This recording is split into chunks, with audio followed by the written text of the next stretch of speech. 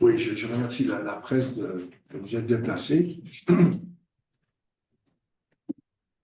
Donc, comme vous l'avez compris dans l'invitation, c'est une suite que l'Observatoire éthique et santé humanitaire fait aujourd'hui, suite de la lettre du 15 octobre qui avait été envoyée à tous les conseillères et conseillers d'État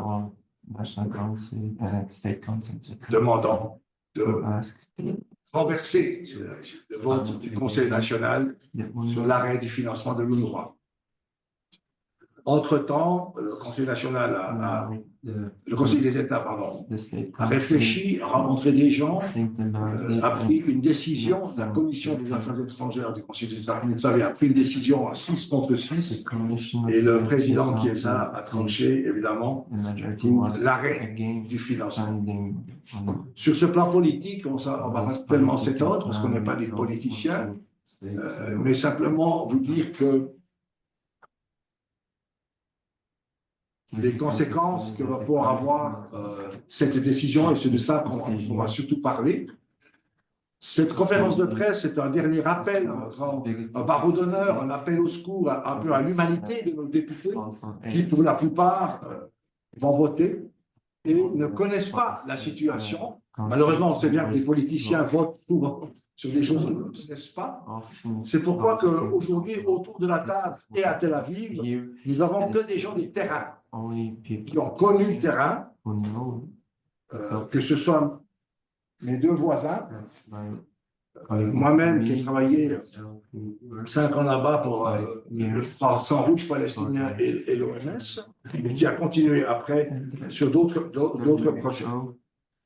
Et puis surtout, à entendre une autre voix que celle de la voix dispensées par des ONG comme UN Watch, qui ne sont vraiment pas des ONG, comme vous le savez, et qui portent la voix, pas d'Israël, mais la voix du gouvernement israélien.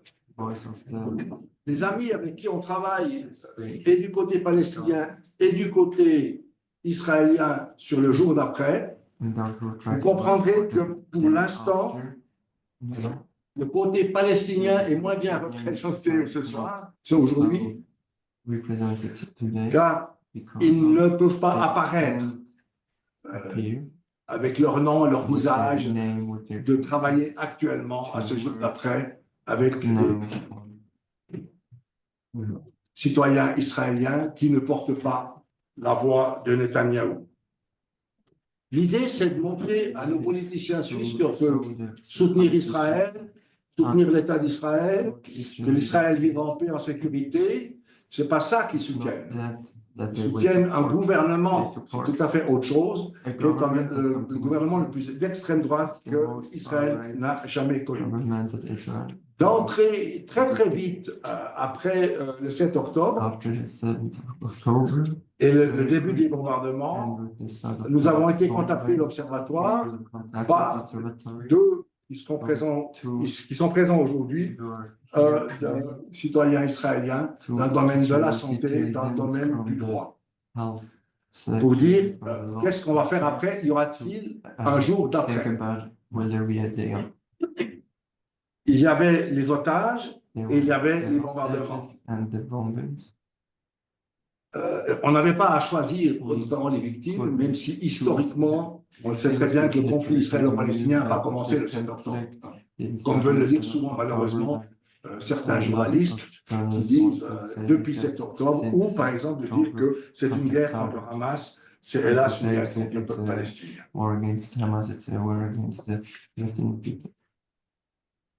Il y a 30 ans exactement, je présidais la deuxième conférence israélo-palestinienne sur la santé à Jérusalem. C'est un des grands moments de ma vie, car c'est la première fois à l'Est que j'ai réussi à faire réunir le docteur Fatih Arafat et Israël Shnei, qui était le ministère de la Santé à l'époque du gouvernement israélien. On était en plein dans l'accord d'Oslo, c'était l'avenir, c'était l'espoir, tout s'était écoulé. J'ai toujours gardé des contacts des deux côtés. Et c'est pour ça qu'on pense que les soignants seront peut-être les derniers à se parler dans ce conflit horrible. Le vote du 18 mars sera Vote on the définitif, March, malheureusement, March will be definitive, mais il aura des répercussions but it will have a consequence non seulement not only sur les victimes, on the victims, mais aussi, et but ça je also, laisserai and I will mes amis diplomates en parler, to my sur la politique, la diplomatie suisse. on the diplomacy Switzerland. La situation actuelle dans la bande de Gaza et en Cisjordanie Gaza Strip and then n'est pas brillante, comme vous le savez, malgré le cessez-le-feu. Also with On va le répéter, vous le savez, on l'a répété 1000 fois. Seul l'UNRWA peut prodiguer autant de soins et de services. Tous les autres discours disant on va remplacer l'UNRWA, on peut remplacer l'UNRWA, les ONG suisses peuvent remplacer l'UNRWA sont des mensonges. Le CICR le déclare lui-même, nous ne pouvons pas remplacer l'UNRWA. Il faut savoir que c'est une vieille histoire. Quand je travaillais pour l'OMS et que je traversais la ligne, comme on disait à l'époque, pour aller voir les collègues israéliens, au ministère de la Santé, on me disait toujours, mais tes copains, de toute façon, ils ont déjà un État. C'est l'UNRWA. Ça, c'était il y a plus de 30 ans. L'idée de supprimer l'UNRWA, c'est hélas pour Israël, en tout cas, pour eux, malheureusement, mais c'est une façon de supprimer le problème des réfugiés. Et donc, c'est une vieille histoire. Maintenant, évidemment, avec ce qui se passe, c'est une façon de réaliser les rêves du gouvernement israélien. Attention, l'UNRWA, ce n'est pas seulement Gaza. C'est pas seulement la Cisjordanie, c'est également la Syrie, le Liban, la Jordanie. Ce sont quelques millions de personnes. Pour moi, la mort d'un enfant est toujours une catastrophe humaine. Pendant 20 ans, j'ai dirigé un service de soins palliatifs pédiatriques à Montréal. J'ai vu beaucoup d'enfants mourir. Mais de maladies, parce qu'on pouvait rien faire. Quand la mort est provoquée par l'homme, c'est un scandale. Il y a eu des morts des deux côtés. Je citerai malheureusement le mort du côté palestinien, c'est plus de 15 000 enfants qui sont décédés sous les bombes, dans une moyenne de 5 ans.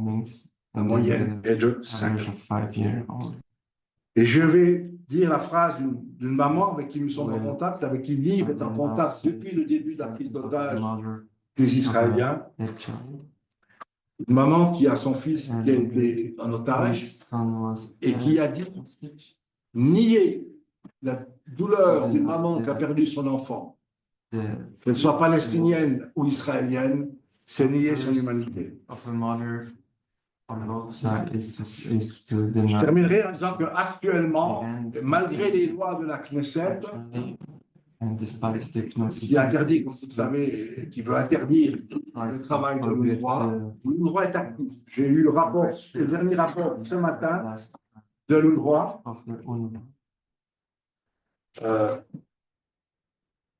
Il prodigue actuellement entre 18 000 et 20 000 consultations médicales par jour à Gaza.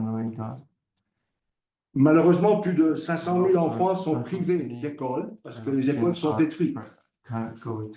Par contre, ils arrivent encore à prodiguer de l'enseignement à 50 000 enfants en Cisjordanie.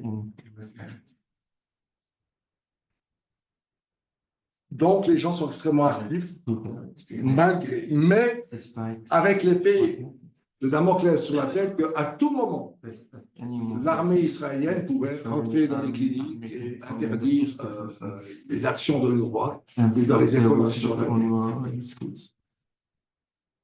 Gaza, vous avez vu les images, on ne pourra pas dire qu'on ne savait pas. Et actuellement, vous avez vu les camps près de Jenin, qui sont les camps de l'UNRWA, qui ont été vidés et qu'on est en train de détruire. Des dizaines de milliers de personnes. C'est une façon de dire qu'il faut aller ailleurs.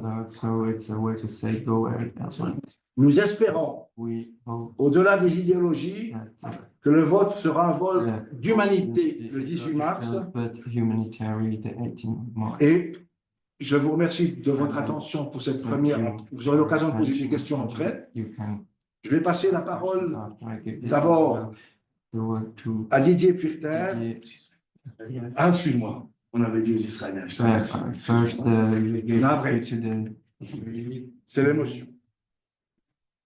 Nive, si tu es là, Nive. je vais te passer la parole. Bien sûr. Nive Hadi est une personne absolument remarquable qui m'a téléphoné very good person. le lendemain de mon passage à l'émission Forum de Radio Suisse Romand en disant je suis très intéressé par vos projets de la troisième voie et du jour d'après. Est-ce qu'on peut se parler? J'étais très surpris d'avoir sur mon attel un numéro d'Israël. J'ai eu très très peur, je dois vous avouer, vu mon passé en Israël. Et le lendemain, j'ai dit à Nive, mais est-ce que tu sais qui je suis quand même? Parce que j'ai été quand même mis à la porte d'Israël il y a 30 ans. Et l'ambassadeur d'Israël en Suisse avait dit qu'ils avaient la preuve que j'ai fait partie d'un groupe terroriste palestinien qui était le Croissant Rouge. Et Nive m'a dit, je connais très bien ton dossier. Et à ce moment-là, on peut se parler. Nive est un ancien responsable des relations stratégiques au ministère israélien de la Défense en Europe. La parole est à toi, Nive. Merci. Alors, merci. C'est aussi un privilège pour nous de parler à l'étranger parce que je pense que la frustration est mutuelle. Je pense que de l'autre côté, on regarde ce qui se passe ici et on est aussi sous le bruit des médias, vous êtes sous le bruit la frustration des intérêts politiques, je dirais. Et nous sommes de l'autre côté dans la frustration qui est un peu la même, c'est-à-dire de ne pas pouvoir briser le bruit et de montrer une vraie image de ce que c'est la population israélienne, de ce que cette population veut et surtout, quel est l'intérêt des enfants comme Nagodi et des mamans et des familles, des citoyens des deux côtés et de tous les côtés du Moyen-Orient et surtout pour le moment, je dirais en Israël, à Gaza, au Liban. Alors, je dirais, j'étais moi au ministère de la Défense dans les années 90 et j'ai continué à travailler dans la défense avec le ministère de la Défense israélien et puis ce qu'on appelle le bureau du Premier ministre. Aujourd'hui, j'aurais plus dit ça de la même façon, mais j'ai travaillé dans ces domaines-là et je suis passé un peu, je dirais, pas de l'autre côté, mais en tant que plus dans le monde créatif et le monde humanitaire. Et aussi, je commentais jusqu'au 7 octobre sur les chaînes de télévision en français et en anglais. J'ai arrêté ça aussi parce que les médias aujourd'hui, pour moi, ne font pas bien leur travail, c'est-à-dire de montrer vraiment l'image comme elle est. Et je vais aller tout de suite au point. Le 8 octobre, le 9 octobre, moi et Yuval, que vous allez connaître, qui était au bureau du procureur général en Israël, nous avons été contactés par des familles d'otages par notre expérience. Et nous avons été tout de suite sur le terrain pour essayer d'aider les familles d'otages à sortir leurs otages de Gaza, comme nous sommes avec un peu d'expérience derrière les coulisses dans l'affaire Gilad Shalit, dans d'autres affaires d'otages, etc. On est venu très humanitaire, mais aussi très pragmatique. Et on était un peu sous le choc par rapport à toute l'organisation qui s'est faite aussi en Israël, de voir combien il y a je dirais un vide entre ce que l'intérêt des familles d'otages, l'intérêt de la population israélienne. On a tout vu en face de nous et en fait l'intérêt de ce que vous appelez le gouvernement d'extrême droite ou les politiciens, etc. Moi, j'appelle même pas ça un gouvernement d'extrême droite, c'est un gouvernement d'intérêt politique, corrompu. Et malheureusement, c'est plus quelque chose qui même représente même pas une partie de la population en Israël, parce que depuis qu'ils ont été élus, ils manipulent et ils font tout ce qu'ils font pour rester en place, et il n'y a rien d'autre comme intérêt là-bas. Et tout ce qui est fait depuis le 7 octobre, et avant d'ailleurs, des années avant, est fait pour survivre sur la chaise, je dirais, de la corruption. Donc moi, Yuval, après, c'était très difficile, pas sympa de commencer à aider des familles d'otages, mais aussi de voir tout de suite, peut-être après 24 heures ou 48 heures, qu'on ne peut pas aidé par l'organisation des otages qui s'est faite autour, Bring Them Home, etc. On a dû organiser quelque chose de beaucoup plus pragmatique pour montrer l'image claire de dire aux mamans, il faut se battre. C'est comme vous êtes en 24 heures devenus des mamans iraniennes, vous êtes dans la rue et le gouvernement n'est pas de votre côté, il n'a pas les intérêts, il ne représente pas l'intérêt de votre fils qui est à Gaza, ni l'intérêt des enfants à Gaza. Et c'était un choc, on est 1 an et demi après cela avec tout le monde, pour nous, la vie a changé parce c'est vivre l'horreur de familles qui ont leurs enfants là-bas, c'est voir ce qui se passe à Gaza sans que c'est montré en Israël, c'est voir tous les jours comment tous les ordres et les soldats qui meurent et la population à Gaza qui souffre, c'est sous une campagne de survie d'un gouvernement. Dans tout ce bruit-là, on a survécu aussi des mensonges sur le CICR au début. On a survécu des mensonges sur tout ce qui se passe à Gaza. En Israël, personne ne sait ce qui se passe à Gaza. On ne voit aucune image de ce qui se passe à Gaza. Et en fait, on nous montre quelque chose qui est complètement manipulé. Je parlerai aussi, je dirais que ça fait 16 ans que ce même Premier ministre finance le Hamas, est partenaire du Hamas, amplifie le Hamas. Je dis ça depuis des années. Euh, et là, c'est en fait des partenaires, les organisations terroristes, bien sûr, que nous voulons combattre, mais aussi ce gouvernement qui a tous les intérêts de continuer la même chose, la même guerre sur la tête de nos enfants, et c'est très, très difficile. Tout ce mensonge, c'est difficile parce que nos enfants à nous ici, ma fille rentre à l'armée le mois prochain et j'ai deux enfants, et Yuval a des enfants et on voit tous les enfants des otages, les otages qui sont revenus, ceux qui sont encore là-bas, les mamans, c'est très très difficile. Je pense que on n'a jamais vu un phénomène comme ça dans l'histoire, mais ça permet aussi pour les mamans, et je finirai avec ça, de regarder d'une autre façon la réalité. À un moment, vous allez avec Rachel Goldberg ou avec Adas Calderon, ces mamans qui ont, ont eu leurs enfants là-bas. Adas a vu les enfants revenir. Rachel, malheureusement, son fils a été assassiné, sans doute dans les tunnels. Avec Yuval, on a toujours des hésitations chaque fois qu'on entend s'ils ont été assassinés, s'ils ont été tués par l'armée. Rien n'est crédible de tout ce qui sort du gouvernement israélien. Jamais rien n'est crédible depuis des années, et surtout depuis le 7 octobre. Mais surtout, ce qui s'est passé, c'est que ça permet de voir une image, de regarder une minute de l'autre côté, de voir, OK, être une maman ici, une maman là-bas, c'est très difficile. Il faut regarder l'avenir des enfants. Comment on va faire? Comment on va monter la voix? Comment on va augmenter cette voix? Et j'ai eu la chance d'avoir des femmes iraniennes qui sont arrivées en Israël, de Jordanie, de parler avec des Palestiniennes et de voir que juste une conversation entre des mamans, c'est quelque chose qu'on n'entend jamais. C'est ce que Nago appelle la troisième voix. Et par rapport à l'UNRWA et tout cela, je dirais que Israël est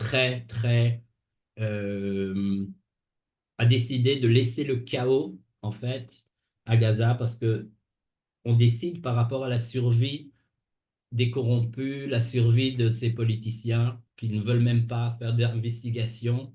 C'est pour ça qu'on n'a pas non plus de femmes aujourd'hui, de mamans avec nous, parce que hier, on a eu l'investigation de l'armée israélienne qui est venue présenter, après 1 an et demi, pourquoi l'armée n'est pas arrivée le 7 octobre dans le kibbutz Nir Oz, où un quart du kibbutz a été ou éliminé, massacré ou kidnappé. Et je dois vous dire qu'après 6 heures que j'ai entendu ces colonels, ces officiers, et le chef de l'armée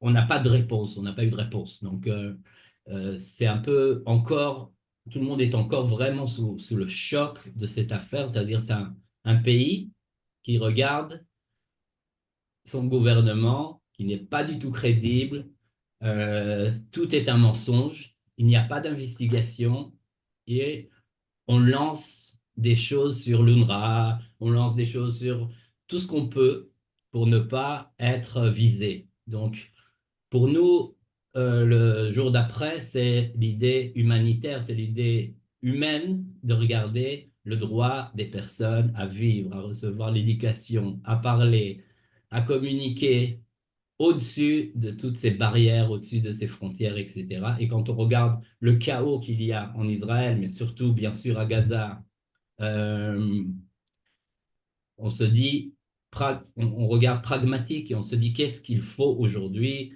pour que ces enfants reçoivent à manger? Qu'est-ce qu'ils ont besoin pour recevoir de l'éducation? Et c'est autour de cela qu'on peut amener des mamans israéliennes, palestiniennes, jordaniennes, libanaises, iraniennes. Les mamans israéliennes n'ont pas l'expérience qu'ont les mamans iraniennes dans ce domaine, mais nous sommes du même côté parce que nous avons tous, pour le moment, des gouvernements ou des leaders qui ne représentent pas la population. Voilà. Alors, je remercie tout le monde pour ça et c'est pour ça que nous serons toujours du côté de la voix des mamans qui est la plus fine et claire, mais de toute leur famille, des enfants, et pas sous les voix manipulatrices. Et c'est ce que nous sommes en train de faire avec des projets dans ce domaine-là. Et cette affaire d'UNRWA, ça fait partie de cela. Merci Yves. Certainement des journalistes auront des questions à te poser tout à l'heure. On continue. On va passer la parole à Yuval. Thanks, Yuval. Il est ancien directeur du département international du bureau du procureur général d'Israël au ministère de la Justice. Thanks to join us. And the floor, it's yours. Now. Yeah, thank you very much. I'm honored to be able to speak on this very important initiative. Israel now is in a state of post-trauma, given the events of October 7th, 2023. Now, post-trauma is not the exact word. The exact word is trauma because the leadership of Israel is extending this event. What could have taken 3 to 4 weeks has been taking more than a year and a half. And thus, it is an ongoing situation. Obviously, the leadership benefits from this condition. And many Israelis are looking, hopefully, putting their hopes on the opposition. So can we put our hopes on Israel's opposition leaders? Well, just yesterday, a United Nations Human Rights Council issued a serious report regarding Israeli forces and their activities in the Gaza Strip and in military prisons. The facts described in this credible report, I must say, are very disturbing. And Israeli government, almost as an instinct, strongly refuted this report as blood libel. So the reporters are heading on to the most senior opposition leader, Benny Gantz, and he literally echoed the response of the government. Now, as former Army Chief of Staff, which he was a few years ago, and an adequate one, I must say, one would expect that at least he would add a comment regarding still the importance of learning the report, the importance of considering necessary inquiries within the army. We heard none of that. Similar phenomena occurs when national mood in Israel is to attack international bodies such as Red Cross or UNRWA. And for instance, the Red Cross has been put to blame for the hostage situation. How come there's no access to the hostages in Gaza? Who is to blame for that? The Red Cross. How come they're not getting the medication? Who's to blame for that? The Red Cross. And that is, of course, baseless. Now, the arguments against UNRWA, which are very popular in Israel, are not entirely baseless because evidently UNRWA employees have been proven to be involved, maybe 11 of them, Palestinian employees in Gaza of UNRWA were involved in the October 7th events. But the reaction of the Israeli public and Israeli leadership was to entirely cut ties with UNRWA and to ban UNRWA from acting inside Israel. Of course, the UNRWA office in Jerusalem had done nothing wrong. And evidently, it is only symbolic because they keep acting. They only took off the sign because 30,000 people in the refugee camps within the boundaries of Jerusalem have to continue getting medical aid and medical service and education in schools by UNRWA, and Jerusalem municipality did nothing to replace them. So there's a lot of hypocrisy in that because all they did was take the sign off and everything else continues. So there is a lot of hypocrisy, and the opposition is not uttering a word against this hypocrisy. They are not willing to risk political safety and say anything about the reaction of Israel being baseless in the case of the Red Cross and highly exaggerated in the case of UNRWA. They are frozen, these opposition leaders, in a fearful state. They are thinking, or they are under the impression that any serious statement sentimental to the humanitarian situation in Gaza will be considered pro-Hamas, so they weigh each word for political reasons.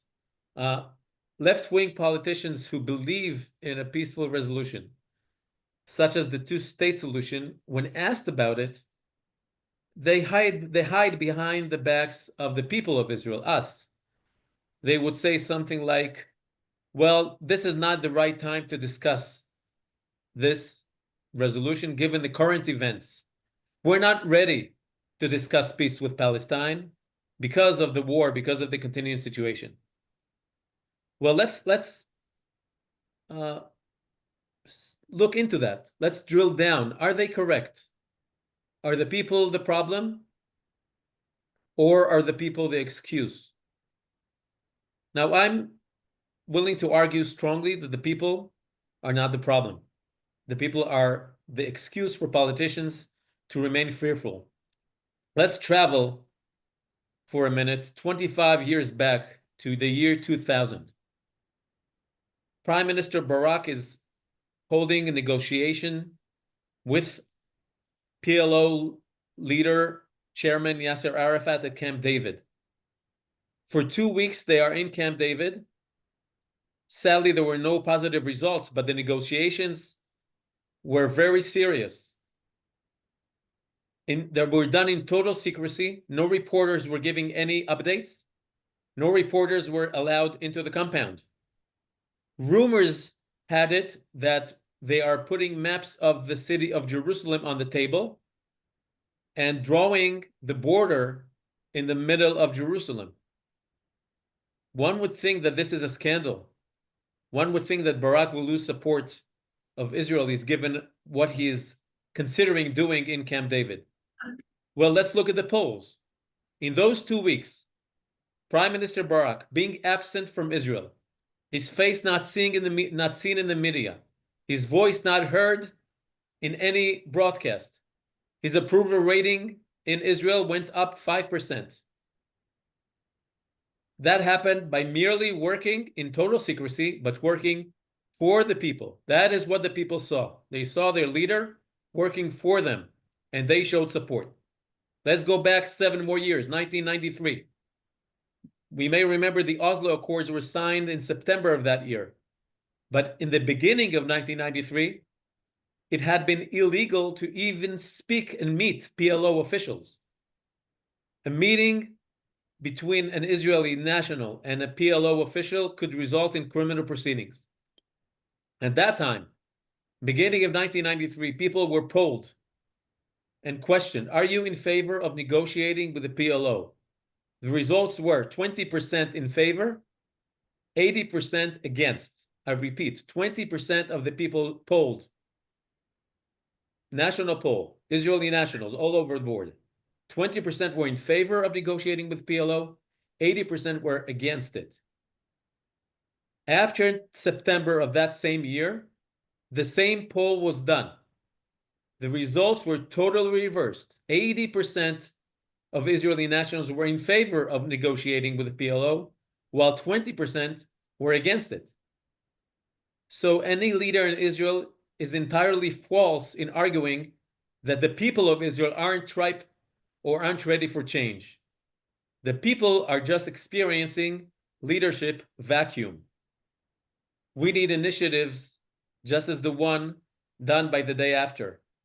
We need to shift more leadership from initiatives from the formal, failing, incompetent leadership of Israel to its far superior people. Thank you. Thanks, Yuval. On revient ensuite. Oui, vraiment. C'est passionnant que disent nos collègues. Fascinant. Et donc, je vais passer la parole à à l'ambassadeur Didier Firter, qui est l'ancien ambassadeur de la Confédération, un grand diplomate, qui était en mission spéciale au Moyen-Orient, qui fut secrétaire général également de la conférence du Croix-Rouge et du Croissant-Rouge. C'est lui-même qui avait amené d'ailleurs le Magen David en place, et qui est aussi un spécialiste du droit international. Didier, tu vas parler en allemand. Un ami journaliste. À toi, merci Jeannot. Vielen Dank. Ja, ich möchte eigentlich damit beginnen, mit dem Ereignis, das die Unterstützung der UNRWA durch die Schweiz überhaupt in Frage gestellt hat. Das waren diese Vorwürfe, dass von Israel, dass UNRWA-Mitarbeiter Hamas-Sympathisanten seien, einige sogar an den Ereignissen am 7. Oktober beteiligt gewesen seien. Dazu muss man wissen, Israel befindet sich im Krieg mit den Palästinensern. Die israelische Regierung zumindest, nicht nur mit Hamas. Hochrangige israelische Regierungsvertreter haben gesagt, es gäbe keine Unschuldigen in Gaza, selbst die Kinder seien schuldig. Es gab Leute, die sagten, auch die ungeborenen Kinder, sie seien menschliche Tiere. Also es war der Präsident immerhin, der gesagt hat, der als einigermaßen gemäßigt gilt, es gäbe keine Unschuldigen. Und der Verteidigungsminister, der inzwischen geschasste Verteidigungsminister, der in dieser Regierung auch als einigermaßen gemäßigt galt, hat von menschlichen Tieren gesprochen. Die Vertreibung der Palästinenser in Gaza, insbesondere derjenigen, die Flüchtlinge sind und von UNRWA unterstützt werden, das sind 3/4 der Bevölkerung, also Flüchtlinge, die 1948, 1949 aus dem heutigen Israel vertrieben wurden, ist ein offensichtliches Ziel der gegenwärtigen israelischen Regierung. Sie hat sich besonders auf die vollständige Zerstörung der Quartiere, ehemaligen Flüchtlingslager, inzwischen ähnlichen Wohnquartiere dieser Flüchtlinge konzentriert. Es ist das klare Ziel, Gaza und insbesondere diese Flüchtlingslager unbewohnbar zu to machen. make those parts of the land Und inhabitable. da ist eigentlich UNRWA fast Und da hier der der letzte UNRWA Strohhalm, ist der diesen der Leuten last bleibt. Sie haben straw kein Dach mehr über for dem those Kopf. people who don't have Sie haben eigentlich nichts mehr. UNRWA ist die einzige Organisation, die sie wenigstens am Überleben, wenn sie das Überleben sicherstellen kann. Winston Churchill hat einmal gesagt, das erste Opfer jedes Krieges ist die Wahrheit. Das ist nicht ein spezieller Vorwurf gegen die jetzige israelische Regierung. Man weiß, dass auch die Amerikaner gelogen haben, Dinge frei erfunden haben, in ihren Kriegen gegen den Iran zum Beispiel und anderswo in Vietnam. Auch die Gegenseite tut das natürlich.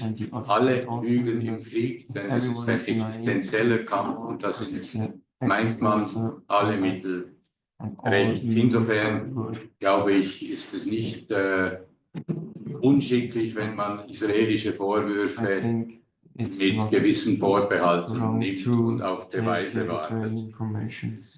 Es gab schon lange, auch vor dem jetzigen Krieg, Vorwürfe Israels gegen die UNRWA. Der letzte UNRWA-Chef Pierre Krähenbühl, auch ein Schweizer, wie der jetzige Filippo Lazzarini, beide Schweizer. Auch Krähenbühl wurde angegriffen. Es gab eine Untersuchung, alle Vorwürfe wurden entkräftet. Gegen die jetzigen Vorwürfe oder zu den jetzigen Vorwürfen Israels gab es auch eine Untersuchung durch die bürgerliche ehemalige französische Außenministerin Madame Colonna. Resultat, wie gesagt, wurde 11 UNRWA-Mitarbeiter sind verdächtigt. Es gibt keine Beweise, aber es gibt Indizien. Man kann sagen, es ist wahrscheinlich, dass sie enge Beziehungen hatten zu Hamas, vielleicht sogar beteiligt waren an diesen Massakern vom 7. Oktober. Wir sprechen von 11 unter 13.000, nicht einmal 1 Promille der UNRWA-Mitarbeitenden in Gaza und 30.000 in der ganzen Nahostregion. Dann ist es noch nicht einmal ein Drittel eines Promille, nicht? Ich möchte hier behaupten, wenn die CIA oder der Mossad in Gaza hätten 13.000 Mitarbeiter rekrutieren müssen, aus einer Bevölkerung, die zumindest vor dem jetzigen Konflikt gut zur Hälfte Hamas-Sympathisanten waren. Ich möchte hier behaupten, selbst die CIA oder der Mossad hätten ein paar Leute rekrutiert, die Hamas-Sympathisanten sind. Ich glaube, niemand könnte das ausschließen.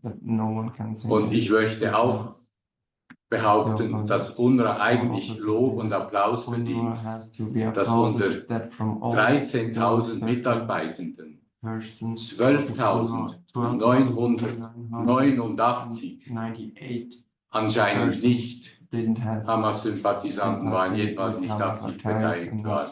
Ich glaube, dafür verdient sie Applaus und nicht Kritik. Eine 100%ige Sicherheit kann niemand gewährleisten, auch der schweizerische Polizeikorps nicht.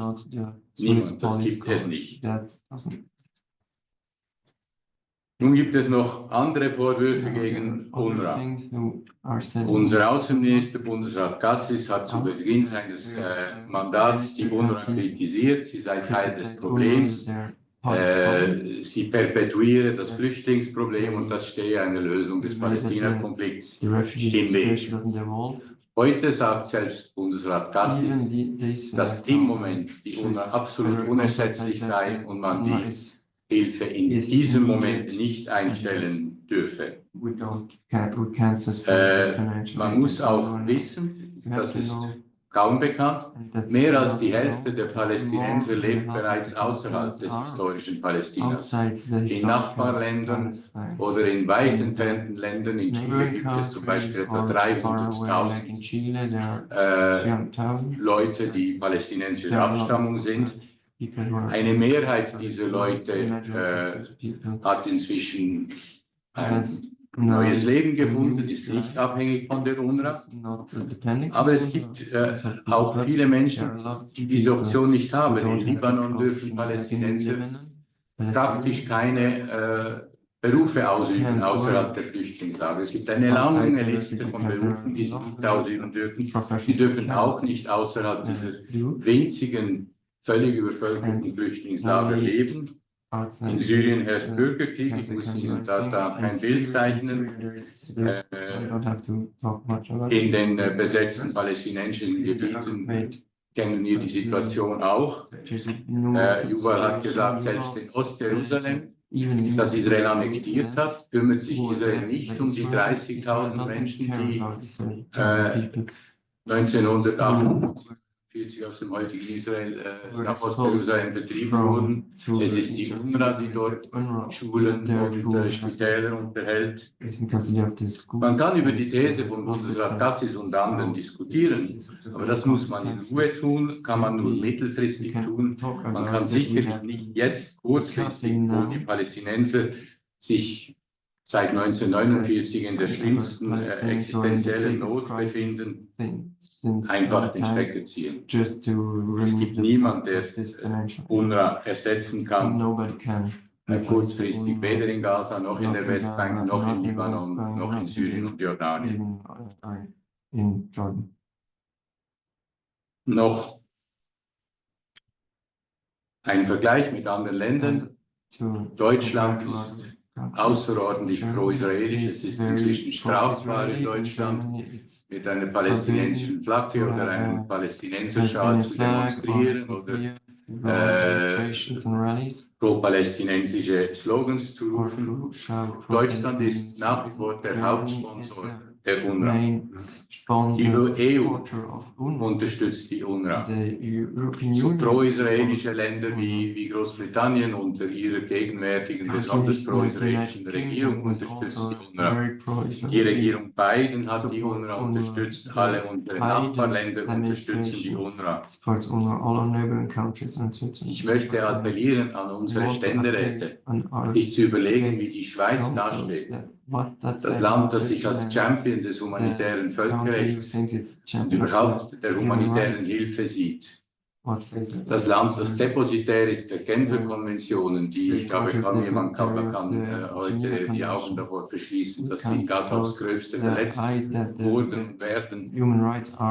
Das Land des IPRK, Gründerin des Roten Kreuzes, ausgerechnet die Schweiz wäre zusammen mit Trumps Amerika praktisch das einzige Land, das eine Hilfe an die UNRWA einstellen würde. Für mich ist das einfach vollkommen unvorstellbar. Damit möchte ich vielen Dank. Merci, M. Firker. Passer la parole à Jean-Daniel Roux. On dit Roux en suisse allemand, des Ruches en suisse romand. Un diplomate qui est surtout l'ancien ambassadeur de la Confédération en Israël pendant 5 ans. Ensuite, il était en Turquie avant, il était en Serbie, mais il était aussi le représentant spécial de la Suisse pour le Moyen-Orient. Et il est membre du comité de l'Observatoire. Je viens de voir un chiffre encore, j'avais oublié. Depuis le cessez-le-feu, l'UNRWA a distribué la nourriture pour 2 millions de personnes à Gaza. Pour savoir combien ils sont indispensables. Moi, ce qui m'intéressait aussi de savoir éventuellement, c'était les conséquences horribles pour les victimes, pour la population palestinienne, mais sur un plan plus diplomatique, quelles seraient les conséquences pour la Suisse elle-même de prendre cette décision, surtout à côté de ce grand humaniste qui est M. Trump, et avec la Suède, on serait les 3 pays à avoir annulé le financement. Merci. Also ich glaube, es ist ganz klar, von was wir gehört haben, dass die wie sagt man, die Zerstörung von UNRWA ein langfristiges Ziel der israelischen Regierung, dieser israelischen Regierung ist. Als ich Botschafter in Israel war, vor 5 Jahren, 2020, habe ich darüber berichtet, dass es ein Ziel der Beeinflussungsoperationen Israels in der Schweiz ist. Und ich habe auch erklärt, wie sie das genau machen, mit wie viel Mitteln und so weiter. Also ich bin gar nicht erstaunt, von was heute passiert. Jetzt, wenn wir über die Konsequenzen über die Schweiz reden, also es wird Auswirkungen haben und erste Auswirkungen haben auf unser Image, auf unser Bild in der Welt und auf unsere Rolle in der Welt. In zwei Hinsichten. Erstens, unsere humanitäre Tradition wird nicht mehr glauben. Wir sind nicht mehr ein wichtiger humanitärer Aktor, weil die ganze Welt wird da sehen und wird uns sagen, ja, bitte, machen Sie keine Lektionen über Menschenrechte oder humanitäres Völkerrecht, wenn Sie diese Unterstützung von UNRWA nicht einmal weiter behalten können.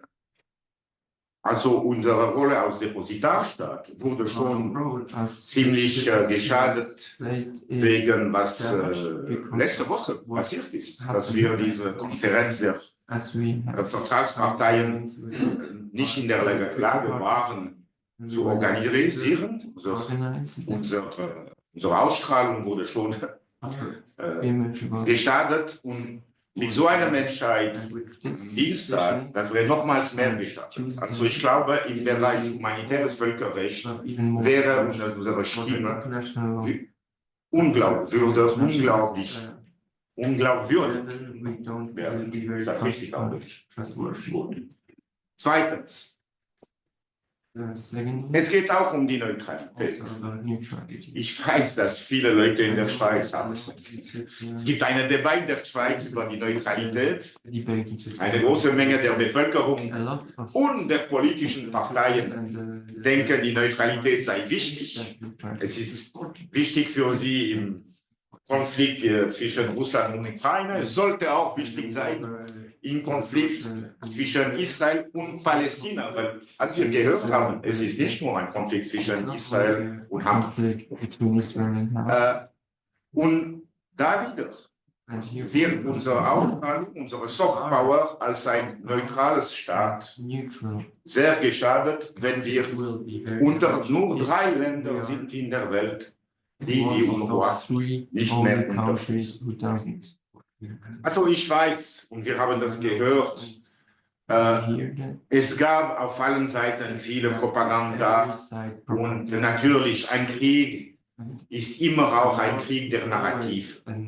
Ich finde, es ist manchmal schwierig, auch für uns Experten, ein reales Bild zu haben. Deswegen würde ich diejenigen unterstreichen, diejenigen, die ihre Berichte lesen oder hören werden, ich würde Sie ermuntern, am nächsten Montag hier zum Kino Rex um 12:30 Uhr, Schwannengasse 9, Montag, 17. März, 12:30 Uhr, zum Kino zu gehen. Da wird ein Film ganz neu gezeigt. Es heißt UNRWA 75 Jahre provisorische Geschichte. Und es ist nicht orientiert. Ich meine, es ist über die Geschichte der UNRWA und wir haben beide Standpunkte, auch den israelischen Standpunkt. Und ich finde, für alle, die diese Sache, und das ist, ich glaube, für die Schweiz ist jetzt schon eine Gewissensfrage, für alle die Leute, die das wirklich ernst nehmen, ich würde wirklich sagen, gehen Sie. Ich war gestern in Genf, es wurde für das erste Mal in Genf gestern ausgestrahlt, es ist eine Koproduktion mit dem Schweizer.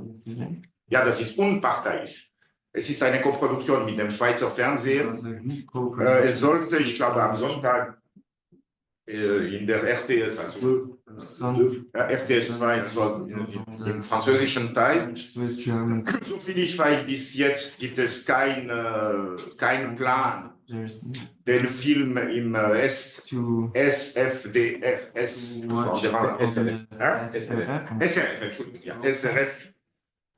zu zeigen. Ich finde, das wäre schade, weil da hat man wirklich erstens die objektiven Faktenlage, die Geschichte, und zweitens hat man beide Standpunkte. Also, ich möchte damit beenden. Merci. Merci beaucoup.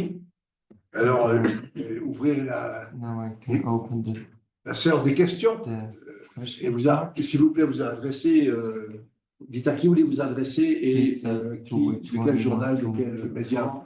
and from which media you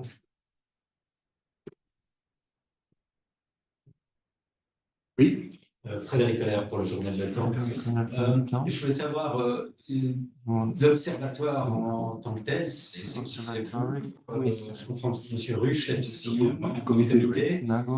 Qui d'autre fait partie de cet Member observatoire? of the observatory. Alors, on a. Et les signataires de la lettre? Non, les signataires ne sont pas membres de l'observatoire. Nous, on est à la base.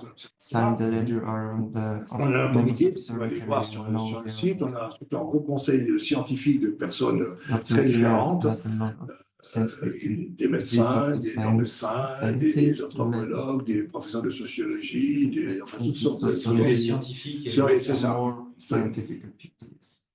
Et deuxième question, est-ce que vous avez parlé d'un dernier geste We talked about de sursaut d'humanité, hein, je crois, Oui. à propos de ce vote du 18 mars au Conseil des États. Est-ce que vous avez contacté les membres du Conseil des États? Quelle démarche vous avez faite au-delà de cette conférence de presse concrètement pour les informer ou les alerter? Suite à la lettre, on a pris contact avec plusieurs, en ce qui me concerne, plusieurs en Suisse romande. Donc, je peux vous parler de la Suisse romande. I can talk for the Et Swiss en gros, je peux vous dire que normalement, on a le vote de quasi tous les conseillers aux États de Suisse romande, quel que soit le parti.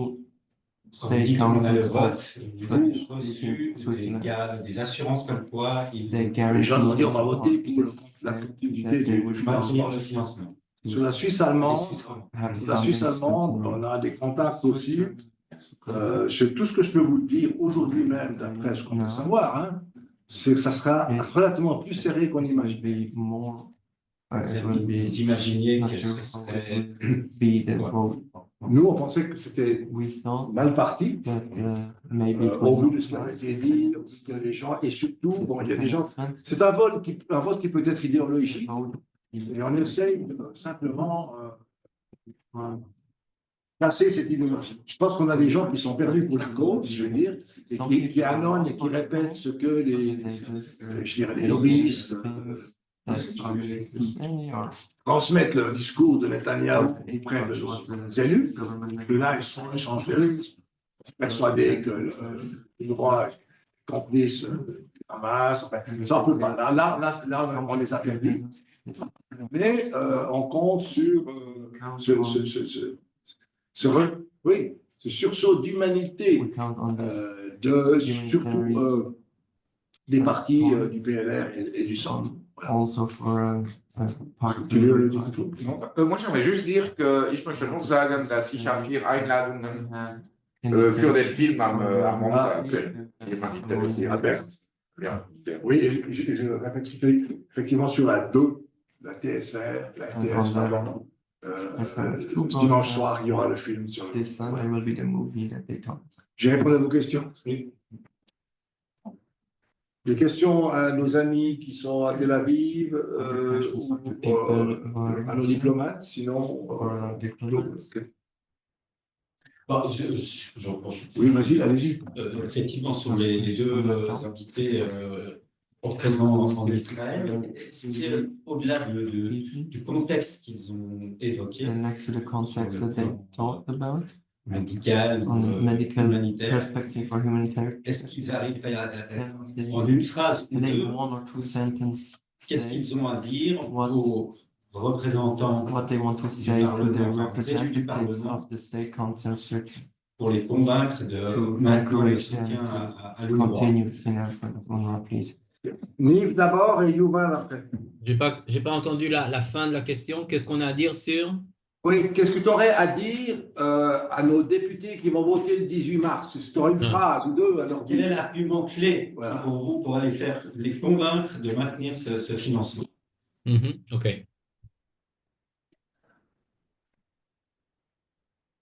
Avant, Nago a dit que après l'annonce de Netanyahou que l'UNRWA et le Hamas coopéraient ou étaient partenaires, nous, ça nous fait rigoler ici parce que pour nous, les partenaires des terroristes du Hamas, ce sont ceux qui financent les armes, ceux qui financent le terrorisme depuis des années. Alors, si quelqu'un en Suisse a envie de vraiment comprendre ce qui se passe, il devrait regarder où va l'argent, d'où vient l'argent, pourquoi il vient en cash, qu'est-ce que le Qatar va faire dans tout ça, et ne pas viser des organisations qui ont peut-être eu quelques problèmes dans ce chaos. Et je vous rappelle aussi, même en Israël, il y a des dizaines de personnes qui ont été arrêtées pour l'espionnage, pour l'Iran cette année, pour le Hamas, pour des choses. Donc, tout ça, le populisme, nous, on en a marre complètement. On est en train de vivre un cauchemar.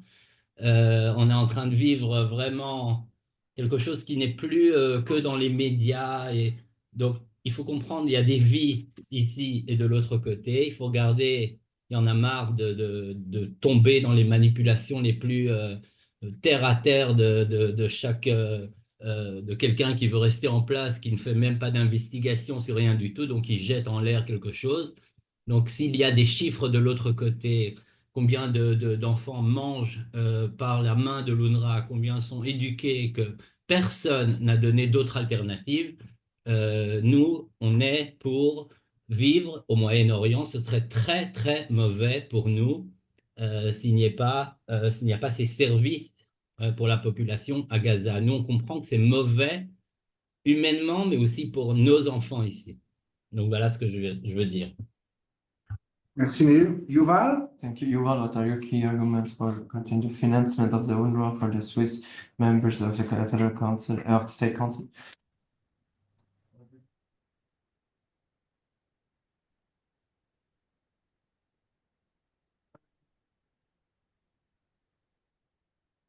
Yes.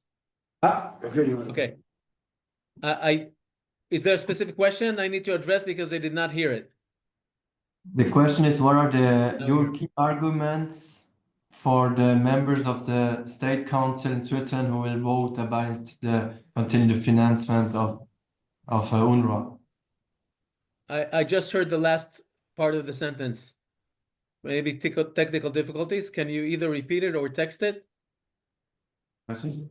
שואל מה אתה אומר לגבי מה שצריכים להחליט המצביעים בשוויץ, אנשי הממשלה שם, החברי כנסת, לגבי התקציב של אונר"א, בזה שהם בעצם הפסיקו אותו כי נתניהו הודיע שאונר"א היא חלק מהטרור. Okay, thank you.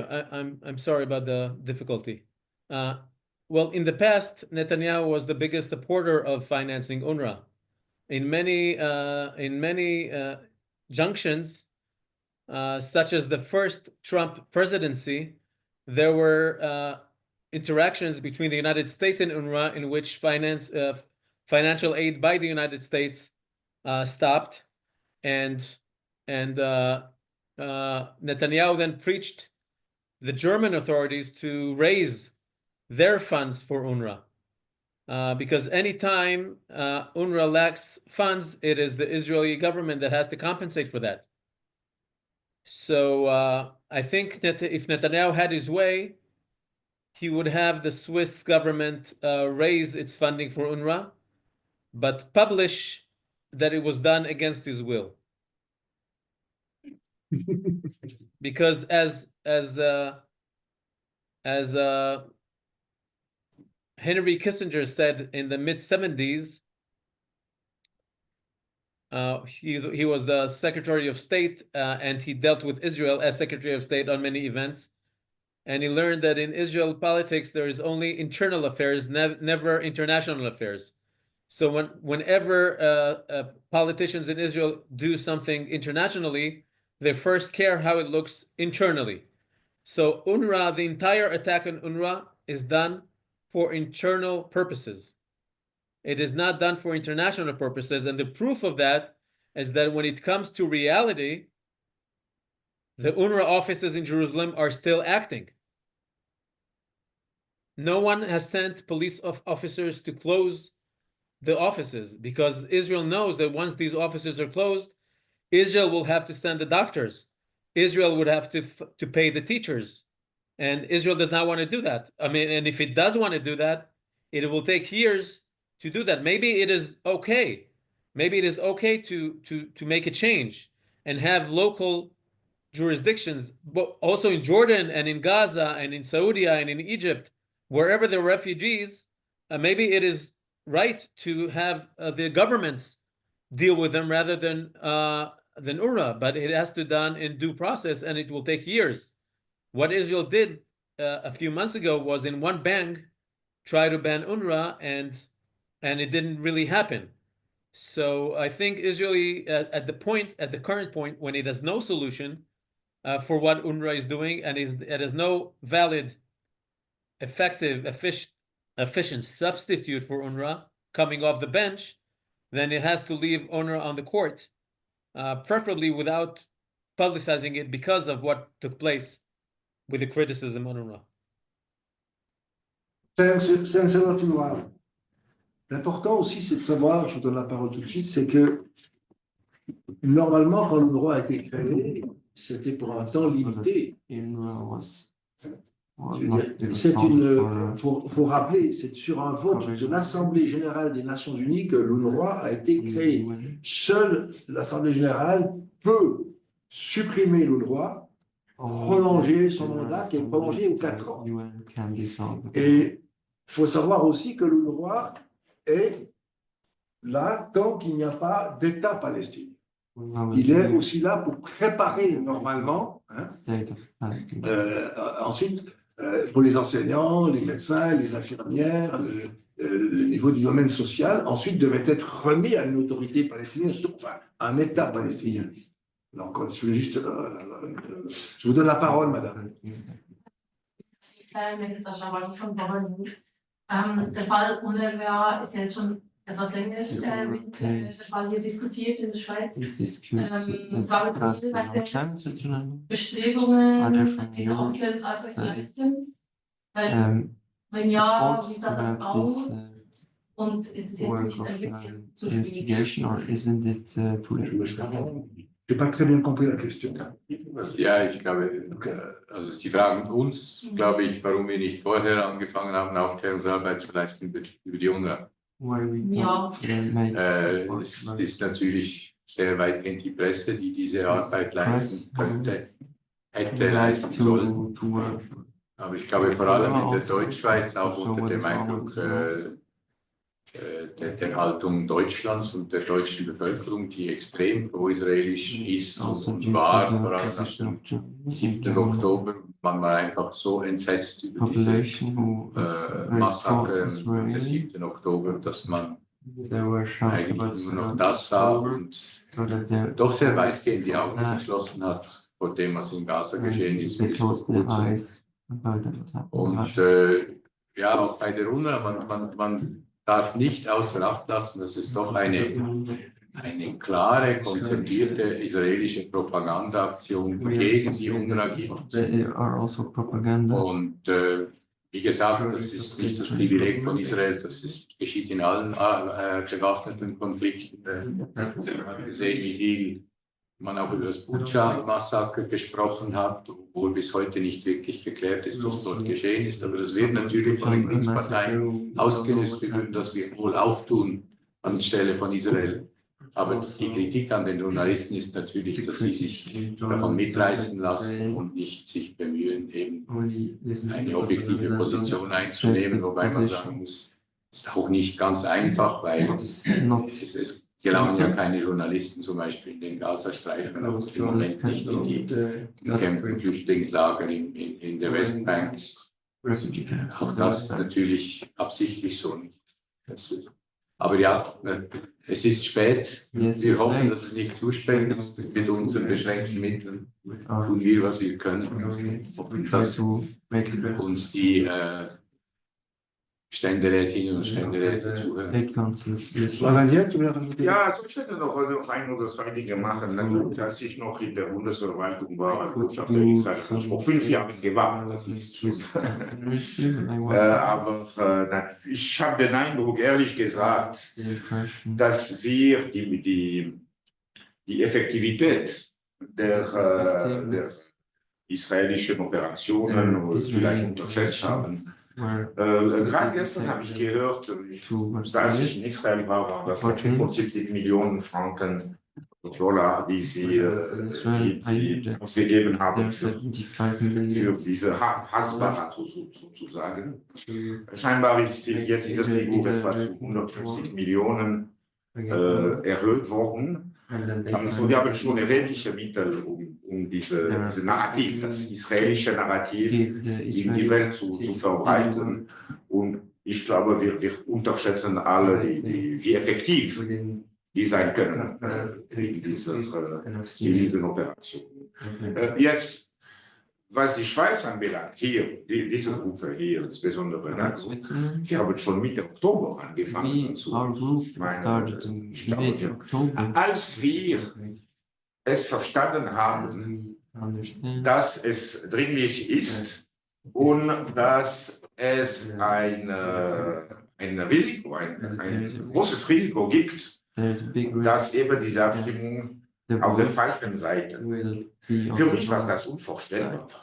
Genfer Konventionen, humanitäre Traditionen, die Schweizer Bürgerlichkeit ist unvorstellbar, dass wir als einziges Land, wir waren die Ersten damals, die Finanzierung der UNRWA suspendieren würden und gar nicht stornieren würden. Das war einfach unvorstellbar. Weil das entspricht einfach nicht mein Verstehen der Schweiz, nicht wahr? Aber gut, vielleicht fahren wir zu lange im Ausland und wir haben die Entwicklung und die Änderungen in der Schweiz nicht so gespürt. Hier spüren wir das. Und wir versuchen noch zu machen, alles, was wir können. Ich glaube, niemand kann uns vorwerfen nachher, dass wir nicht alles versucht haben, um die Ehre der Schweiz zu retten. Merci beaucoup. On arrive un peu au bout. S'il y a plein d'autres questions, encore, on va clore cette conférence de presse. Merci à nos diplomates. Merci du côté de Tel Aviv. Merci Niv. Merci Yuval. À bientôt.